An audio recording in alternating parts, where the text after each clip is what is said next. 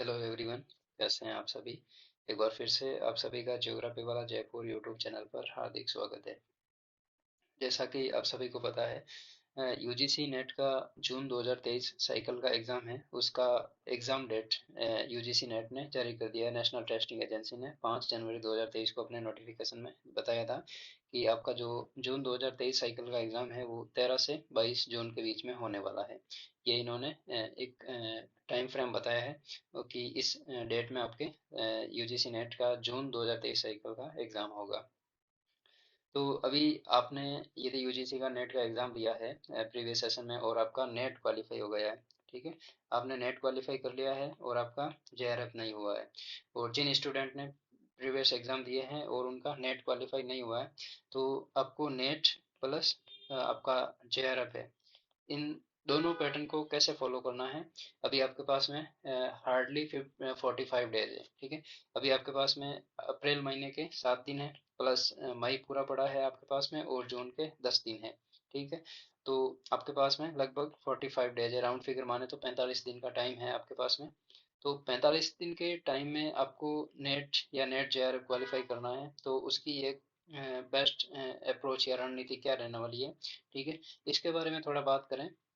तो इससे पहले, जैसा कि आप सभी को पता है, जो यूजीसी नेट का एग्ज़ाम होता है उसमें पेपर फास्ट में 50 क्वेश्चन होते हैं, और जो सभी स्टूडेंट के लिए कॉमन होते हैं, ठीक है। ये जो सब्जेक्ट होता है, पेपर फास्ट का जो पैटर्न होता है, एग्ज़ाम का सिलेबस होता है, वो सभी स्टूडेंट के लिए कॉमन होता है, और इसमें टोटल 10 यूनिट होती है, ठीक है। और उसके बाद में पेपर सेकंड होता है, उसमें 100 क्वेश्चन आते हैं, और जैसा कि 150 क्वेश्चन हुए टोटल, और टोटल मार्किंग है वो 300 की है, ठीक है। ये क्वेश्चन है और ये मार्क्स है, ठीक है।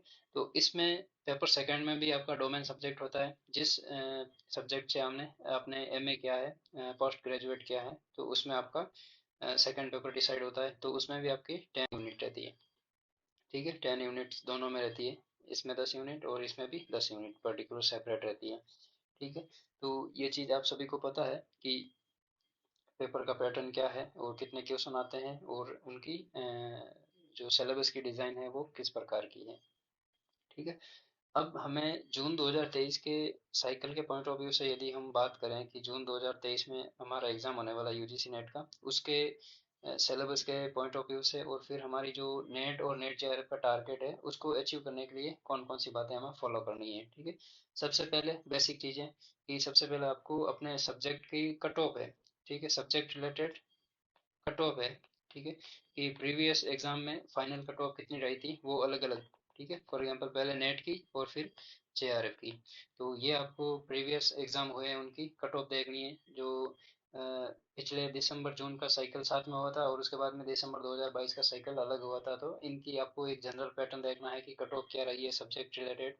और उसके बाद में आपको प्रीवियस 2-3 साल के जो एग्ज़ाम पेपर हुए हैं, ठीक है, आपके पेपर हुए हैं, जस्ट फर्स्ट पेपर का पैटर्न देखना है कि किस टाइप के क्वेश्चन पूछे हैं, और उसके बाद में सेकंड पेपर का आपका जो स्पेसिफिक सब्जेक्ट है, डोमेन सब्जेक्ट है, उसका भी आपको पेपर का पैटर्न देखना है, नेचर देखना है कि क्वेश्चन किस टाइप के पूछे जाते हैं, ठीक है। और उसमें भी आपको पर्टिकुलर यूनिट वाइज देखना है कि कौन सी यूनिट से फ्रिक्वेंटली ज़्यादा क्वेश्चन पूछे जाते हैं और कौन सी से कम पूछे जाते हैं, ठीक है। जैसा कि फर्स्ट पेपर में तो फिक्स होता है 10 यूनिट होती है, और ईच यूनिट से 5 क्वेश्चन पुटअप होते हैं, तो इसमें आपको देखने की जरूरत नहीं है फर्स्ट पेपर की, उसका फंडा क्लियर है। लेकिन जो मेन बात सेकंड पेपर की आती है, उसमें आपको यूनिट वाइज देखना है कि ज़्यादा फ्रिक्वेंटली जो रिपीट क्वेश्चन हो रहे हैं वो कौन सी यूनिट से हो रहे हैं, और जो नए क्वेश्चन बन रहे हैं, डीप क्वेश्चन बन रहे हैं, वो किस यूनिट से बन रहे हैं, ठीक है। तो ये आपको दो चीजें देखनी है, पहला तो आपको कट ऑफ देखना है, और दूसरा आपको जो पेपर का पैटर्न है, ठीक है, वो देखना है, 2-3 साल का प्रीवियस ईयर का पेपर पैटर्न देखना है, ठीक है।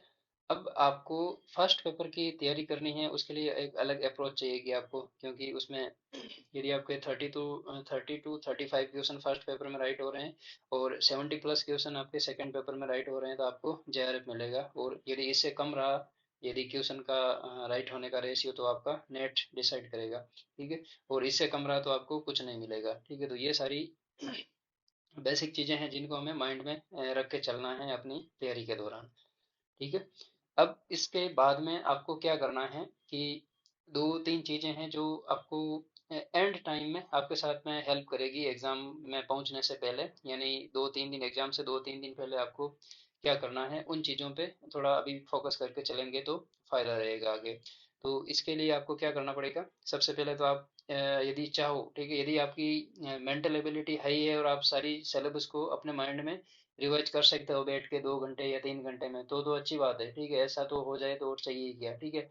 लेकिन यदि आपको कुछ ऐसे हाइलाइटेड टॉपिक है जिनके आप शॉर्ट नोट्स बनाते हो, ठीक है, मेक शॉर्ट नोट्स, ठीक है, एकदम बुलेट फॉर्मेट में लिखने नोट्स बनाने हैं आपको, जो आपको क्विक रिवीजन में सहायता करेंगे, ठीक है, एग्जाम टाइम में।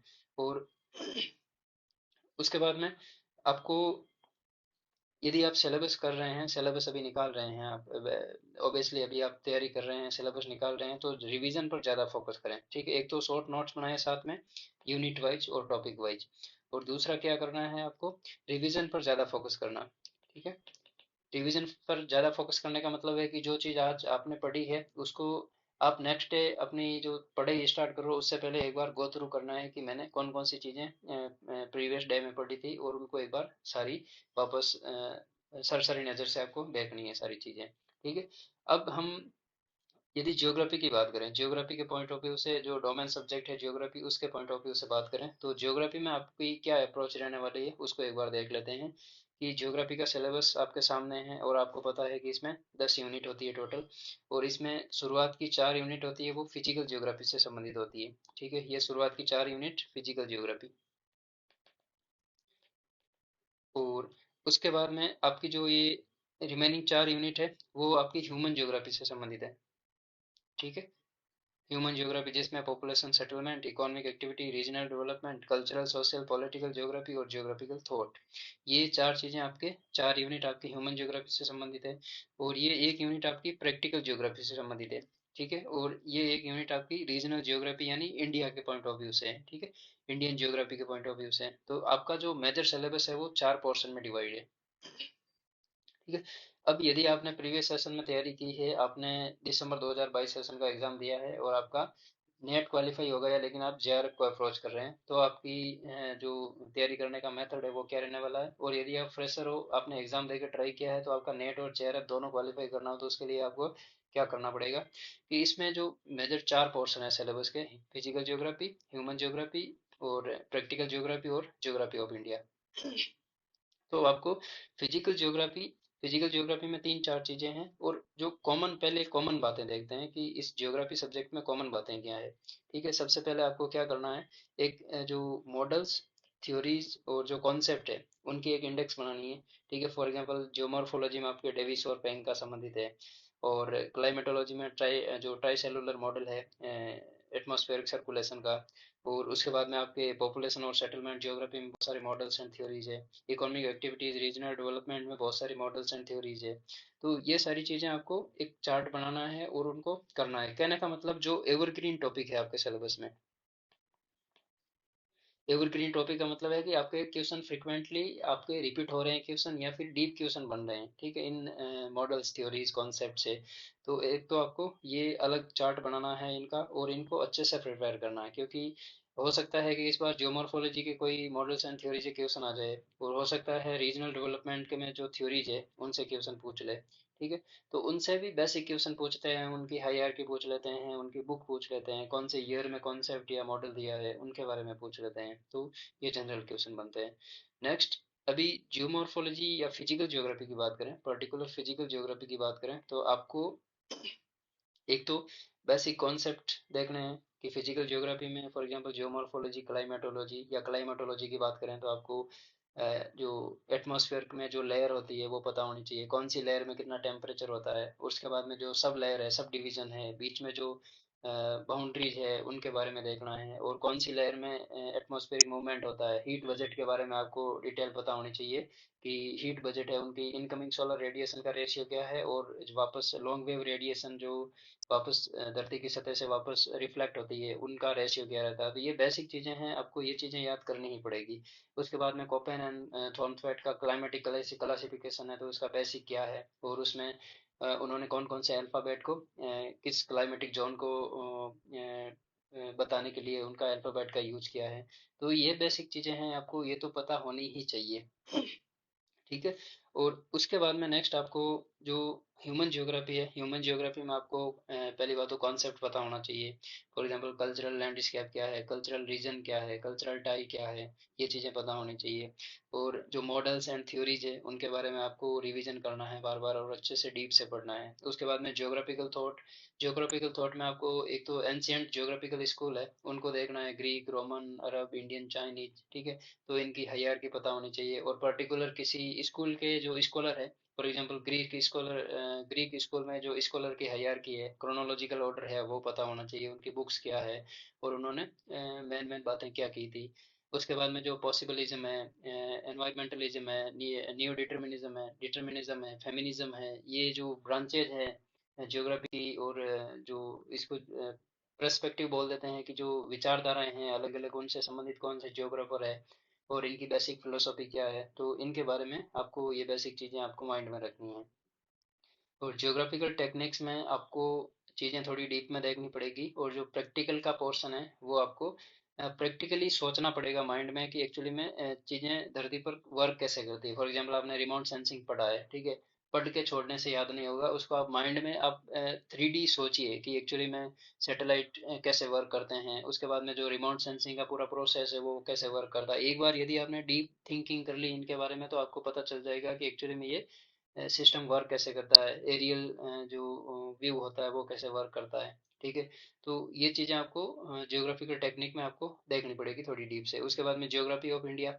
अब ज्योग्राफी ऑफ इंडिया का जो बेसिक फंडा है वो आपका एनसीईआरटी से संबंधित है। यदि आपने 11th और 12th क्लास की एनसीईआरटी स्ट्रॉन्ग कर ली है तो आप यूजीसी नेट में जो ज्योग्राफी ऑफ इंडिया से क्वेश्चन आते हैं उनको आप आसानी से हैंडल कर लोगे और आप राइट करके आओगे। ठीक है।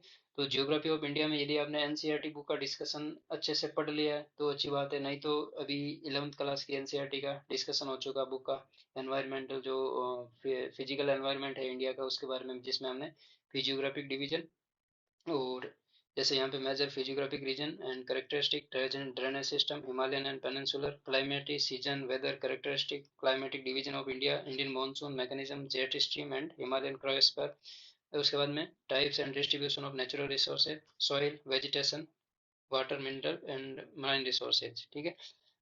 तो इनके बारे में हमने 11th की एनसीईआरटी में पढ़ा। उसके बाद में यहाँ पे ये जो natural disaster of in India, earthquake, draught, flood, cyclone, tsunami, Himalayan highland hazards and disaster, तो जो मैंने पोर्शन हाईलाइट किया है उनका हमने डिस्कशन कर लिया है। 11th क्लास की जो एनसीईआरटी है आपकी, जो फिजिकल एनवायरनमेंट ऑफ इंडिया, ठीक है, भारत का भौतिक पर्यावरण, उसको डिस्कस कर लिया है और ये सारी चीज़ें हमने डिस्कस कर ली है। और प्रेजेंट टाइम में 12th क्लास की एनसीईआरटी का डिस्कशन चल रहा है, फंडामेंटल ऑफ ह्यूमन ज्योग्राफी। उसमें हमने वर्ल्ड पॉपुलेशन डिस्ट्रीब्यूशन देखा है, और उसके बाद में माइग्रेशन से संबंधित देखा है, ह्यूमन डेवलपमेंट से संबंधित देखा है। और प्रेजेंट टाइम में उसका जो प्राइमरी एक्टिविटीज़ है उनके बारे में डिस्कशन कर रहे हैं। तो बेसिक चीज़ें दे रखी है आपको एनसीईआरटी। केवल ज्योग्राफी ऑफ इंडिया के पॉइंट ऑफ व्यू से ही आपका व्यू स्ट्रॉन्ग नहीं करेगी, वो आपके बेसिक जो फॉर एग्जांपल हम बात करें, यहाँ पे देखते हैं कि इकोनॉमिक ज्योग्राफी, जैसे यहाँ पे रीजनल डेवलपमेंट है, ट्रांसपोर्ट एंड ट्रेड है, ठीक है। तो एनसीईआरटी में ट्रांसपोर्ट एंड ट्रेड से संबंधित जो कैनाल्स है, वेरियस सी रूट है, ठीक है, और जो trans Pacific, sorry, trans Siberian rail मार्ग है, कनेडियन है, अमेरिकन है। तो इन रेल मार्गों के और जो ट्रांसपोर्टेशन और ट्रेड से संबंधित डब्ल्यूटीओ है और वेरियस जो रीजनल ऑर्गेनाइजेशन है उनके जो ट्रेड ब्लॉक है उनके बारे में एनसीईआरटी में इतनी अच्छी डीप से बातें दे रखी है और बेसिक दे रखा है कि आपको एक बार तो करना ही पड़ेगा। और वो आपको सिर्फ ज्योग्राफी ऑफ इंडिया के पॉइंट ऑफ व्यू से नहीं, ह्यूमन ज्योग्राफी में और जो फिजिकल ज्योग्राफी है उसमें भी आपको हेल्प करेगा। जैसे आपके फिजिकल ज्योग्राफी में जो 11th क्लास की एनसीईआरटी है, फंडामेंटल ऑफ फिजिकल ज्योग्राफी, उसका भी हम एग्जाम से पहले डिस्कशन कंप्लीट कर लेंगे। तो फंडामेंटल ज्योग्राफी में आपको जियोमॉर्फोलॉजी, उसके बाद में क्लाइमेटोलॉजी और ओशिनोग्राफी और एनवायरनमेंट ज्योग्राफी के संबंध में बेसिक चीज़ें आपको इतने अच्छे डिटेल से बताएंगे वहाँ पे कि जो एनसीईआरटी की बुक है वो इतनी अच्छी डिस्क्राइब की हुई है कि आपके सारे जो फंडा है वो क्लियर हो जाएंगे, कॉन्सेप्ट क्लियर हो जाएंगे, आपका एक व्यू है जो ब्रॉड हो जाएगा, कहने का मतलब ज्योग्राफी के पॉइंट ऑफ व्यू से। ठीक है।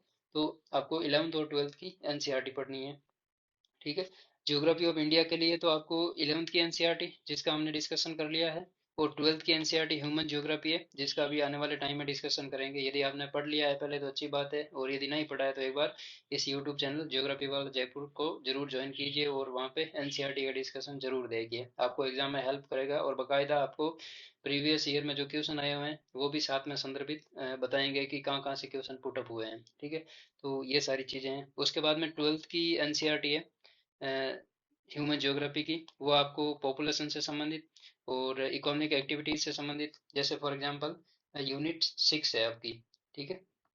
अब यूनिट 6 में आपके इकोनॉमिक ज्योग्राफी है। अब इकोनॉमिक ज्योग्राफी में ये शुरुआत वाला पॉइंट, या इकोनॉमिक ज्योग्राफी पूरी आपकी एनसीईआरटी बेस्ड है, ठीक है। इसमें factor affecting special organisation of economic activity, जैसे प्राइमरी, सेकेंडरी और टर्सरी और क्वार्टनरी एक्टिविटीज है, वहाँ पे इंडेक्स बनाई हुई है बाकायदा और एनसीईआरटी में अच्छे से दे रखा है।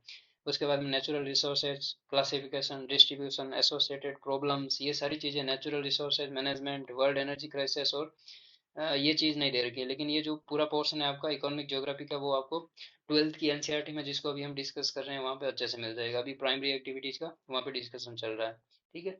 और आपको 11th क्लास की एनसीईआरटी है, वो ये 4 यूनिट है, उसको स्ट्रॉन्ग करने में आपको हेल्प मिलेगी, फंडामेंटल ऑफ फिजिकल जियोग्राफी, ठीक है। तो वो भी आपको अच्छे से पढ़नी है, ठीक है। तो ये आपका जो मेजर सिलेबस है वो 4 पोर्शन में डिवाइड है, इसको माइंड में रखना है। उसके बाद में आपको जो प्रीवियस की सब्जेक्ट की कट ऑफ क्या है उसको माइंड में रखना है। और उसके बाद में आपको जो पेपर का पैटर्न क्या है और ट्रेंड क्या है, किस टाइप के क्वेश्चन पूछे जाते हैं जनरल, वो आपको देखना है पिछले 2-3 साल के पेपर का।